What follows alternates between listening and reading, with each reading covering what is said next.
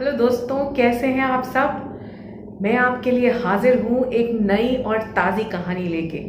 Actually मैं कई सारी कहानियाँ सुनाऊंगी आपको इस खास किताब में से। सुधा मूर्ति की ये किताब है। सुधा मूर्ति नारायण मूर्ति की वाइफ हैं, इन्फोसिस फाउंडेशन सालों से चला रही हैं और बहुत ही बेहद खूबसूरत किताबें लिखती हैं, बच्चों के लिए भी और बड़ों के लिए भी। उनकी इस किताब का नाम है ग्रैंडमाज बैग ऑफ स्टोरी। और क्योंकि इसमें अंग्रेजी की कहानियां हैं, इन कहानियों को पढ़ के मैं आपको हिंदी में सुनाऊंगी। तो आज की हमारी कहानी का नाम है who was the happiest of them all, मतलब उनमें से सबसे ज्यादा खुश कौन था। तो काफी समय पहले की बात है। एक राजा अमृत और उसका एक मंत्री हुआ करता था चंदन। ये दोनों एक दिन अपने महल की छत पे खड़े थे। छत पे खड़े होकर राजा ने दूर ऐसे देखा और बोला कि देखो मेरी प्रजा कितनी खुश है, बाजार में कितनी रौनक है, सब कुछ कितने बेहतरीन ढंग से यहाँ चल रहा है। मंत्री ने बोला कि हाँ जी बिल्कुल, आप बिल्कुल सही सोच रहे हैं। फिर राजा के मन में ख्याल आया कि मैं ना ये लोगों से सुनना चाहता हूँ कि ये सब कुछ बहुत अच्छा चल रहा है और वो सब बहुत खुश है। तो मंत्री बोला कि ठीक है, बिल्कुल। वो राजा की इस तरह की जो ख्वाहिशें थी उनको पूरा करने में माहिर भी था और जानता था कि राजा इस तरह की ख्वाहिशें करते रहते हैं। तो उसने दरबार में अगले दिन काफ़ी सारे लोगों को इकट्ठा कर लिया। वो सब जो उनके रहने वाले लोग थे, जो बिजनेस वाले लोग थे, सारे दरबार में आए। राजा ने सबसे एक एक करके पूछा। उन्होंने 2-2 मिनट कुछ कुछ सोचा और फिर बताया कि वो कितने खुश हैं कि उनके घर में सब कुछ अच्छा है, पॉन्ड्स में बहुत सारी मछलियां हैं, खेतों में अनाज बढ़िया उग रहा है, सबके पास सब कुछ है, सब काफी खुश नजर आए। फिर मंत्री जो था चंदन, उसने आके राजा के कान में एक बात कही।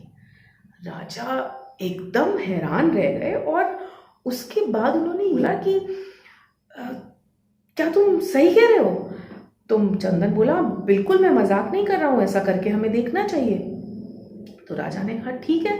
राजा को चंदन को देखकर लगा कि वो सच में ही मजाक नहीं कर रहा था।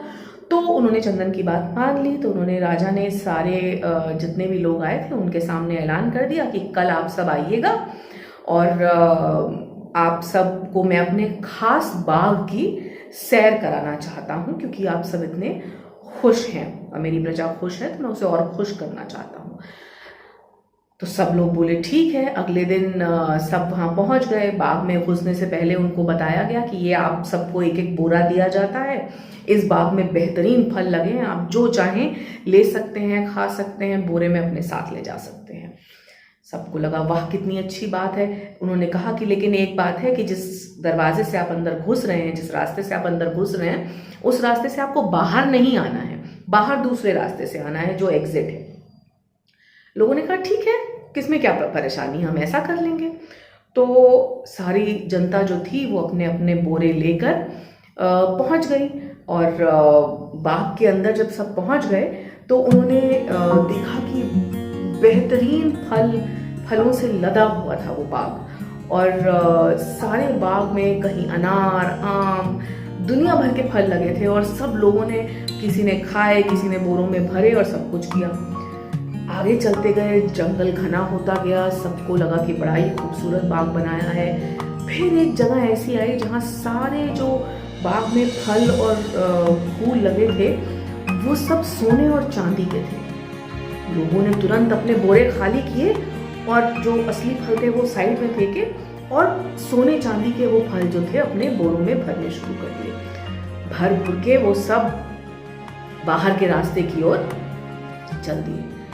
जैसे ही बाहर के रास्ते पे पहुंचे, देखा कि बाहर जाने का रास्ता तो है, लेकिन उस रास्ते के एकदम बाहर इतनी तेज गति से एक नदी बह रही है और उसको पार करने का कोई तरीका नहीं है। ना कोई बोट है, ना कोई नाव है वहां पे, ना कोई और पत्थर लगे हैं, ना पुल बना है, कुछ नहीं है।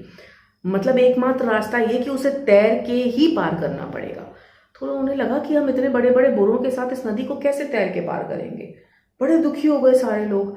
थोड़ी देर तक को अपना सर खुजाते खुजाते सोचते रहे कि भाई क्या करें, कैसे करें। फिर उनमें से एक जना जो था उसने अपनी बोरी वहां साइड में रखी, फेंकी और नदी पार करके चला गया। अब जब लोगों ने देखा कि एक जना चला गया नदी पार करके अपनी बोरी फेंक के, तो धीरे धीरे एक एक करके बाकी सारे भी अपनी बोरी रखते गए, बड़ा बुड़बुड़ाते हुए, दुखी होते हुए कि हमारी इतना हमने सोना चांदी इकट्ठा किया, वो सब हमें छोड़ के जाना पड़ रहा है। ये सब करते करते नदी पार करके सब पहुंच गए गीले एकदम अपने कपड़ों में, और सामने जब पहुंचे, बाहर निकले तो राजा वहां खड़ा था। तो राजा से बड़े दुखी होके बोले कि ये क्या था, मतलब हमें सब कुछ छोड़ के नदी पार करके आना पड़ा। और ऐसे तो राजा ने बोला, कल तक तो आप सब बहुत खुश थे और आपको सबको किसी चीज की जरूरत ही नहीं थी, तो ऐसा ही आपने मुझे बताया था, तो मैंने तो आपको अपना बाग सिर्फ देखने के लिए बुलाया था। राजा बड़ा दुखी हो गया बेचारा, और वो जो चंदन था मंत्री, वो धीरे धीरे मंद मंद मुस्कुरा रहा था। राजा ने देखा कि किसी के चेहरे पे खुशी नहीं थी। फिर चंदन ने राजा से बोला कि देखिए महाराज, बात यही होती है कि जो खुशी होती है किसी भी इंसान की, कोई भी इंसान खुश तब होता है जब वो अंदर से खुश होता है। ये जो चीज़ें, सामान, पैसा, ये सब खुशी एकदम क्षण भर की होती है, ये हमेशा के लिए नहीं रहती है, और ये इंसान को हमेशा खुश नहीं रख सकती है। तो राजा ने उस व्यक्ति को जाते हुए देखा जो जिसने सबसे पहले बोरा साइड में रखे नदी पार करी थी। राजा ने उसे बुलाया, बोले कि तुम्हारे चेहरे पर मुझे कोई गुस्सा नजर नहीं आया, तुम बड़ी आसानी से, बड़ी मजे से अपना निकल चले। तो बोला कि देखिए महाराज, मैंने तो अपने बोरे में सोने चांदी के फल भरे ही नहीं थे, मैंने तो वहाँ जो फल लगे थे वो खाए, और चंद फल मैंने अपनी बिटिया के लिए बोरे में भरे थे, मुझे लगा उसे पसंद आएंगे। लेकिन जब मैंने देखा कि और कोई रास्ता ही नहीं है, तो मुझे लगा कि मेरी बिटिया किसी और बाग के फल खा लेगी, कोई बात नहीं, मैं रास्ता पार कर जाऊं। और बहुत ही बढ़िया मुझे बात लगी है कि आपने हमें मौका दिया अपने बाग बगीचे में घूमने का, कितना खूबसूरत बगीचा है आपका, इसके लिए बहुत मैं आपका शुक्रगुजार हूँ। ऐसा कह के वो आदमी चल निकला।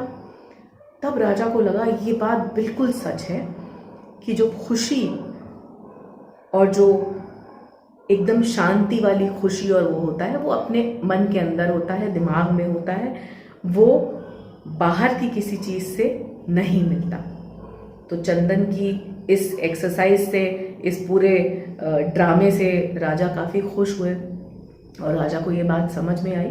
और राजा ने कहा कि ये बात तो मैं भी गांठ बांध लूँगा चंदन, कि जब तक मन खुश है तब तक आप खुश हैं, बाकी कोई चीज़ आसपास की आपको वो खुशी नहीं दे सकती जो आपका मन दे सकता है। कैसी लगी आपको ये कहानी, हमें ज़रूर बताइएगा।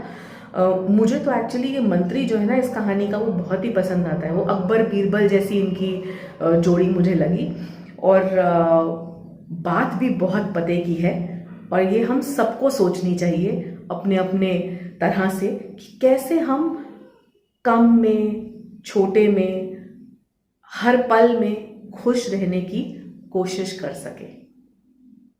कैसे हम खुशी जो है वो चीज़ों की जगह अपने अंदर ढूंढे। कहानी आपको कैसी लगी, लाइक करिएगा और बताइएगा।